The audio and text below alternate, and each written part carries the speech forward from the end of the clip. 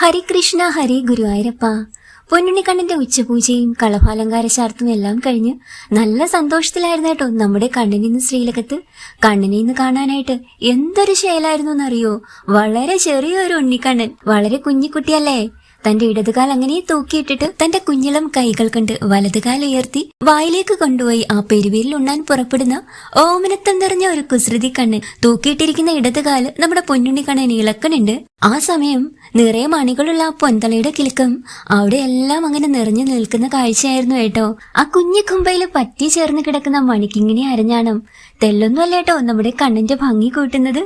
വളയുമാലയും കൈവളകളും തോൾവളകളും നെറ്റിയിലെ ഗോപിക്കുറിയും തോളിലെ ഓരോ ഗോപി തിലകങ്ങളും തലയിലെ സ്വർണ്ണ കിരീടവും അതിന് വിധാനമായുള്ള തിരുമുടി മാലകളും ഉണ്ടമാലകളും ഒക്കെയായിട്ട് ആ നെയ്വിളക്കിന്റെ ശോഭയിലെ ശ്രീലകത്ത് വിരലുണ്ടാൻ പുറപ്പെട്ടു കിടക്കുന്ന നമ്മുടെ ഉണ്ണിക്കണ്ണന്റെ കാഴ്ച എല്ലാവരും മനസ്സിൽ വിചാരിച്ചിട്ട് പ്രാർത്ഥിച്ചോളൂ കേട്ടോ. ഹരികൃഷ്ണ സർവം കൃഷ്ണാർപ്പണമസ്തു.